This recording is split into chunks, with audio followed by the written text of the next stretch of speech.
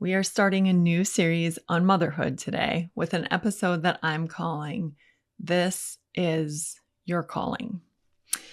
Now, I've been a mom for 22 and a half years or so, and we need to understand that it is not an accident if you have a child. And I'm going to say it's not an accident if you've given birth to a child, and it's not an accident if you have adopted children. So we'll talk about adoption in a little bit, but first let's just talk about how we can be sure it's not an accident if you had a child. Hey, it's Amber, wife, mother, type A child of God. Here are little things we look at everyday issues from a biblical perspective with one simple goal: to know and love God more. Thanks for listening.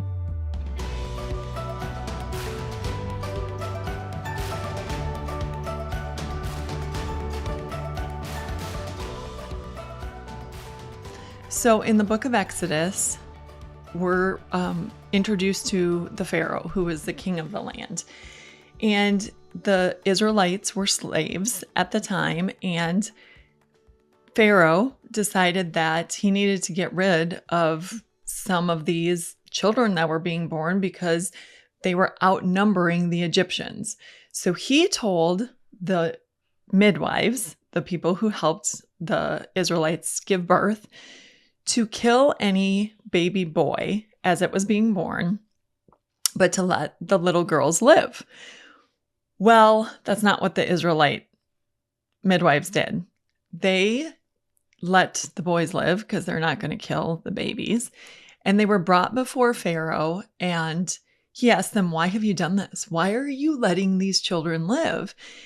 And they said, "Well, the Israelite women aren't like the Egyptian women. The Israelite women are strong and they're vigorous, and they give birth before we even arrive on site. So there's not a whole lot that we can do about this." And we're told this in the book of Exodus. So Exodus 1 verses 20 to 21 say this: "So God was kind to the midwives," the next verse, "and because the midwives feared God, he gave them families of their own." That was God deliberately opening their wombs, choosing to give them children.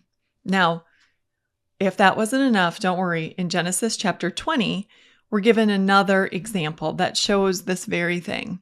So Abraham and Sarah went to live for a time in the Negev, and this was not a place that Abraham thought he would find anyone of faith. And so when he got there, he was scared that they would take Sarah, his wife, and kill him. And so he told Sarah, "Just lie and say that you're my sister." Now, he will explain later on that it's not a total lie. Which is a good thing to talk about right now, because if you have children, this is going to come up.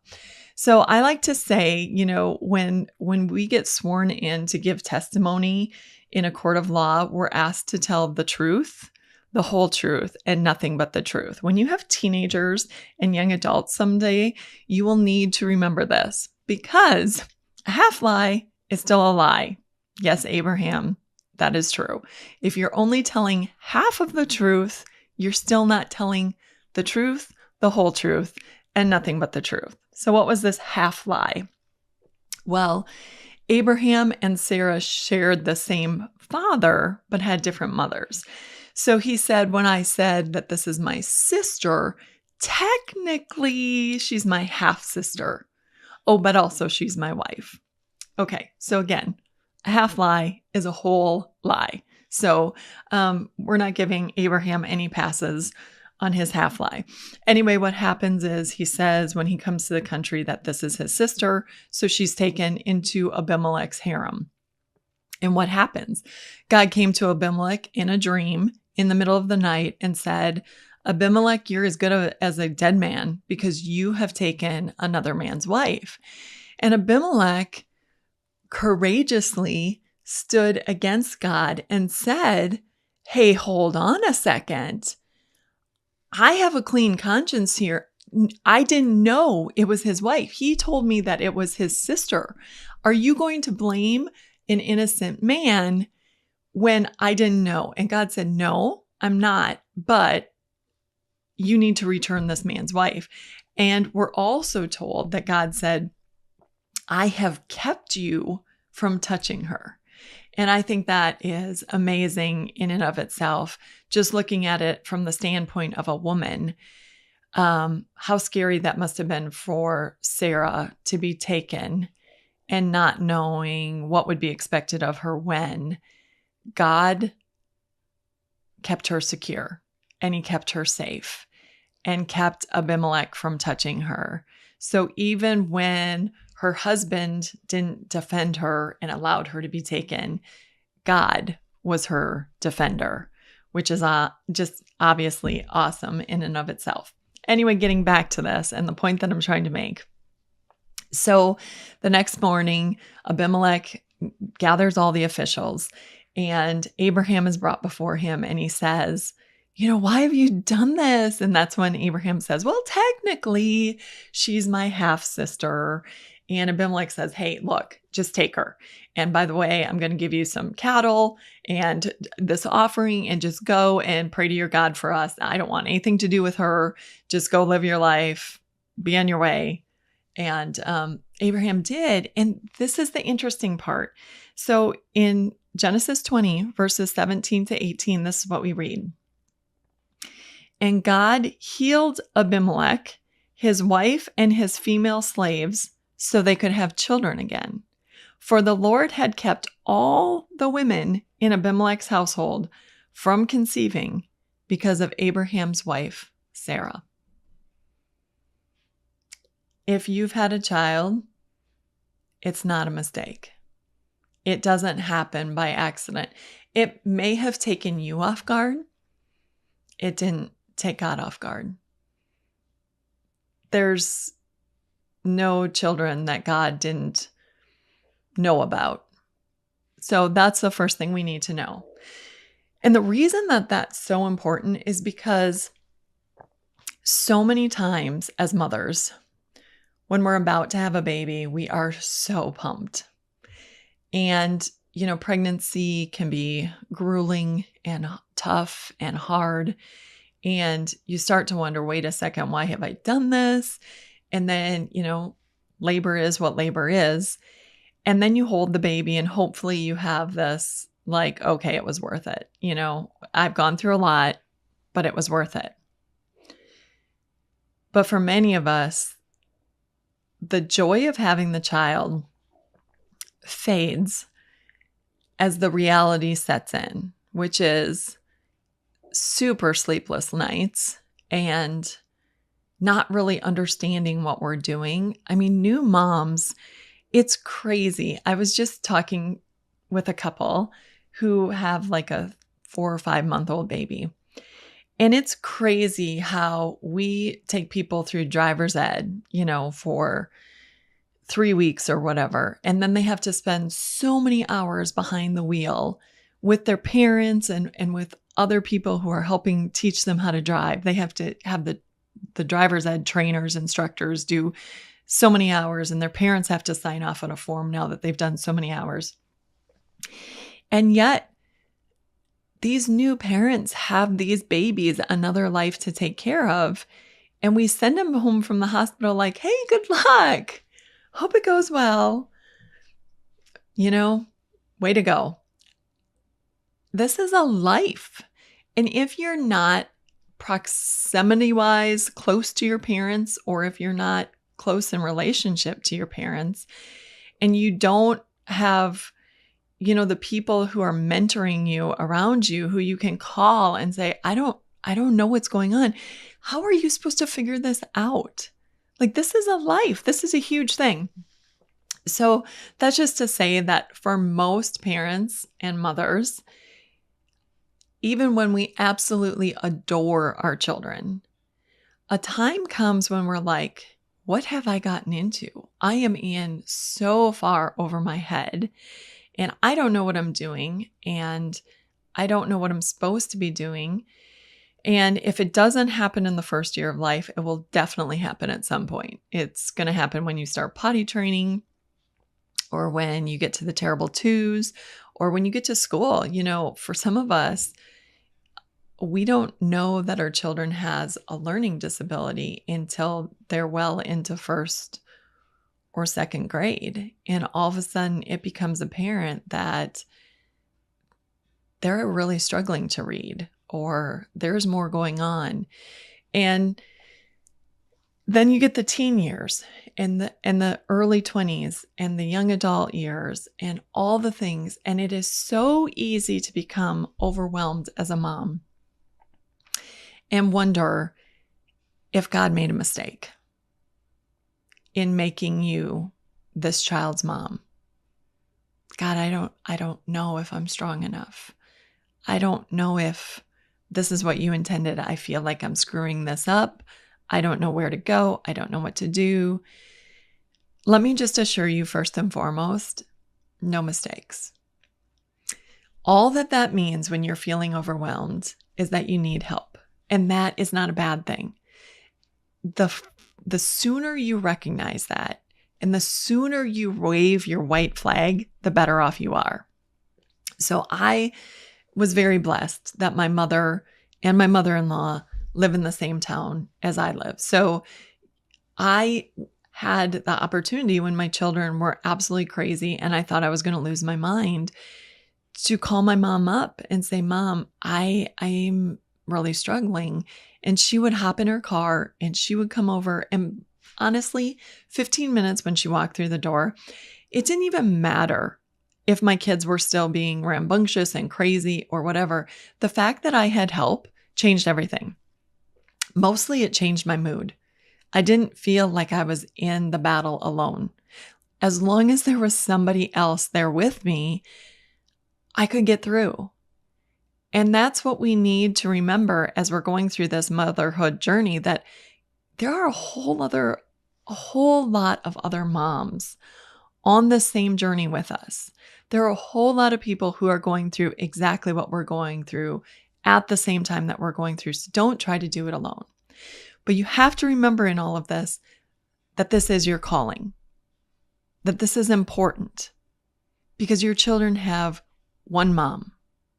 No, yes, there might be stepmoms involved. Yes, there might be, an open adoption. That's fine.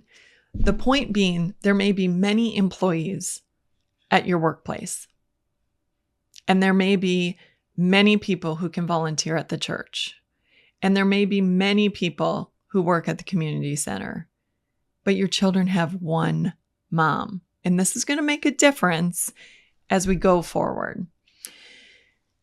What do we do when we're in those seasons that are really, really hard? I was in one of those seasons, and I was at the breaking point. And I remember coming to just throw myself on my bed and throw myself before the Lord and just crying out for help. Like, God, I don't know how to do this. I am so overwhelmed. I don't know which direction to go. I don't know how to reach this child. Show me what I need to know. And a verse came to mind, and it was Luke 22, verse 31. And at first it might seem like a very strange verse, but I'm going to explain it. So Luke 22:31 says this. Jesus told Peter, Satan has asked to sift you as wheat, but I've prayed for you that your faith may not fail. And when you have turned back, strengthen your brothers. This was a reminder that Satan is after my children. That when I'm struggling with them and I'm ready to throw in the towel and I want to give up, Satan would be super happy for me to do that. In fact, that's the temptation. I'm done. I'm not going to do this anymore.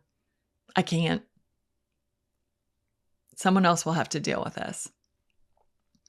When we remember that our children are our calling, it's not somebody else's problem. We can remember who the real enemy is. The devil, the world, and our own sinful flesh. So when we're in the struggle, it may be our sinful flesh. I say it all the time. I'm a type A planner, right? I can be a control freak. And I have had to learn in many ways and on many occasions to let go of control, especially as my children get older. They have the right to make some decisions. They have the right to do a lot of things on their own, and I don't need to be micromanaging them. In fact, that's not the way it should be. I should have raised them so that as they get older, they can make those decisions, and I can just applaud them, and I don't have to follow them around, and I don't have to second guess them. So, it may be my sinful nature that needs a check. It may be the child's sinful nature. It may be the world. This is a constant battle. As your children get into their teenage and young adult years, you are constantly battling all the things that the world tells them to do and be. And it can be so difficult, and you just have to keep praying. If Satan is trying to sift our children, if he's trying to grab them, we have to remember who we are. We're God's children. He is on our side. We need to be in prayer, constant prayer for our children. When we're ready to give up, that's exactly when we wave the white flag to God and be like, okay, I need your help. Like, I don't get it. I don't know what to do. It's the David and Goliath situation, right? But how did David and Goliath end? God beat Goliath through David in a miraculous way. And that's our hope too. That's our hope in our prayer. So I want us to remember, as this is our calling, that we need to be all in for our children. And what does this mean? First of all, we need to be all in with time. Little kids, they love to wake you up at 5 a.m, 6 a.m, whenever. Older kids, their time is late at night. That's not my time. I prefer to be in bed early, and I prefer to be up early. But if I'm going to be there for my children, I need to be available sometimes late at night on their schedule, not mine. I need to be all in when it comes to sharing my time with my children. I also need to be all in when it comes to teaching them the Bible. Again, that's my job. It is not the school's job. It's not the church's job. Yeah, the school and the church may participate in that. But let me tell you what, if you want your children to walk with God, it's not going to happen if you send them to a Christian school, but you don't walk with God yourself. Because what they will see is that you are willing to drop your children off and then you go live your life however you want. I want my children to walk with God. So that means it is my job to be the example, but also to teach and train them. I have been very involved in my children as far as their Sunday school life, as far as Bible history, putting on plays at church. I'm teaching the teen Bible study right now. Now, I am not saying that that is the role that you will take, because not everybody is cut out to be a teacher. That is something that I'm specifically gifted to do. But it does mean that you can have devotions with them at home. When my kids were little, I did the, I think it was called Bible's Book of Devotions for Preschoolers by Crystal Bauman. It was a phenomenal little book. Just had a little tiny Bible passage, a little paragraph, a prayer. That's how we started devotions when my firstborn was like 2. And as soon as we could, we moved into just reading the Bible, just reading like a chapter out of the Bible every night. And yeah, my older ones would probably get more than my little ones, but it was just the matter of having a devotion time at home that was dedicated to reading God's word and being in prayer. And listen, if that's hard for you, it's okay. There are lots and lots of devotion books. Time of Grace offers many. Just get in the word somehow, some way. You don't have to pretend like you understand everything. If you really struggle with what the Bible means, then get these devotion books that explain things to you. Just do something. As my kids have gotten older, we do Bible studies at home, sometimes with their friends. And you don't have to write the Bible study. You don't even have to, open the Bible and start explaining it. There are many Bible studies available that not only give you the whole, text of the Bible, explain what it means, have the questions there, but they also have the answers. So you just have to facilitate. And look, if not you, who? Like this is our thing to be all in, to teach our children the Word of God. Yes, take them to the Christian school if that's something that works for you. Yes, have them involved in church. Let them get whatever they can from there, but let them see that you are equally dedicated at home to being in the Word, living the Word, to seeking God's will in His Word, that you're all in when it comes to being in the Word. Because look, there are no guarantees. Even when you are in that, we know from the Bible, Hezekiah was a godly man, and Manasseh was one of the most evil people, one of the most evil kings in the Old Testament. Adam and Eve, they gave birth to Cain. Like, you can walk with God and still have children that walk away from God, but at least do your part. We know that God is in it, and He will work in His ways. We know that children are fully capable of walking away, but just do your part.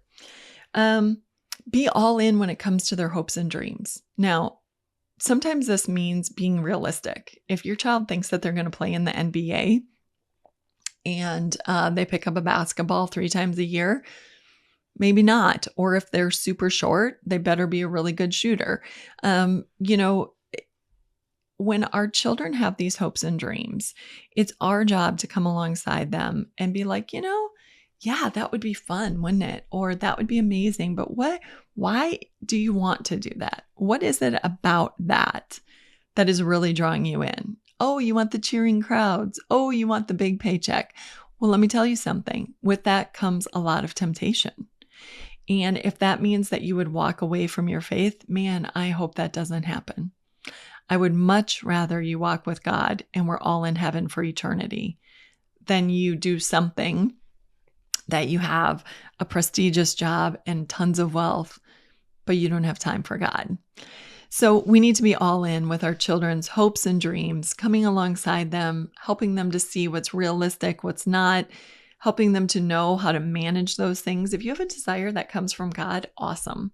How can we work that? How can you use that in service to God? How can you use that in God's kingdom? We need to be all in when it comes to their friends. Man, it's important to know who your kids' friends are and what attracts them to those people. Is it that they have a common interest? Is it that they have personality traits that are the same? Are they Christians? Open your home. Have a home that friends can come to. So important. So you can see who their friends are and see the relationship and sort of be able to speak into that. And we need to be all in when it comes to praying for our children. That is the most important thing. Way more than me shaping and molding my children, which is super, super important. As they get older, especially, I'm praying for God to put the right people in my children's lives so that they can shape and mold my children, because I don't have as much influence as I once had. Okay, we're going to keep going here because we're getting a little long, but we want to help them become the men and women of God that they will want to be in God's kingdom. And that means listening to them, listening to what they like about church, listening to what they don't like about church, helping them to see that church isn't just a stuffy place to go on Sunday morning. And the conversation that we just had yesterday in my home was that the church is not responsible for your spiritual growth. So when you go for 1 hour on Sunday morning, you can't expect that to be the all in all of your spiritual growth. Your spiritual growth is going to happen when you are in the Word. Now, again, I have older children. The rest of the week, when you are listening to Christian podcasts and sermons, when you are seeking out people of God to have a Bible study with that the role of the church, hey guys, I know that this is the phase in your life when you're like, oh, it's boring. Why do I even go? It doesn't have the music I want, or, the pastor isn't this or isn't that or whatever. And I'm like, guys, that's not the role of church. You're responsible at this age. You're more than old enough to be responsible for your spiritual growth. And yes, the church will come alongside you. It'll offer some things. But let's remember why church is there. Remember the prodigal. So if you have a child who is straying right now, and it is so easy, I've talked to so many parents, especially in these young adult years, whose children just are not living the way we would have them live, or have walked away from the church for whatever reason. Just remember to keep praying and keep being there, and be there with open arms when they do come home. Pray that God would put influences in their life that would lead them back to Him. Pray that God would remind them of the seeds that were planted when they were young. Pray that God would open their eyes to the empty way of life that the world offers. I know the pleasures of this world can be fun for a time. They were for the prodigal. He certainly had a good time partying, sleeping around, being with prostitutes. And then the party wasn't so fun anymore. When the money was gone, the people were gone, and he had nothing. And when they come to that point, pray that they see God as the answer, that He is their loving Father waiting for them to come home. And He will welcome them back with open arms, and so will we. This is the first, as I said, in a series, a 4-part series. I have so much more to say about motherhood, but the point today I really want to make is just that this is your calling. Don't neglect it. These children are your children. And again, if you had these children via adoption, that too, no mistake. Man, if these children ended up in your home, God placed them there. And I know it can be hard. It can be hard whether you gave birth to those children or whether they were adopted, but God will give you the strength. He absolutely will. Keep turning to Him, and turn to other people around you. Get your community that can hold you up, your village that can surround you, that can pray for you, help you through the hard seasons. Like I said, just having someone step into your home for a while can be all it takes to give you the strength to get through the next couple hours and the next couple days. Don't try to do it alone. It is way too hard. It is way too big of a deal being a mom to do it alone. And I can't say enough, I'll just put this little thing out there, how important a mom's Bible study is. When my children were young, I met every Saturday, or I think we actually only met once a month for the most part. Once a month on Saturday with other moms. We started a moms group, and we went through the studies that are in my book, Bible Moms, and then the studies that are in my book, Ladies of Legacy. And man, that was our support group. We went through the studies, we talked about the women, and then we talked about our lives as moms. And it was so huge to just go and get that comfort from other moms who were in the trenches with children the same age. It was so important. I can't say enough. If you don't have a mom's Bible study, think about starting one. You can get books to help you through it. Just so important, because you can pray together, encourage one another, be there for each other. Huge. That's enough for this week, guys. We'll be back to talk about it some more next week. This has been Little Things, because in God's kingdom, the little things are the big things.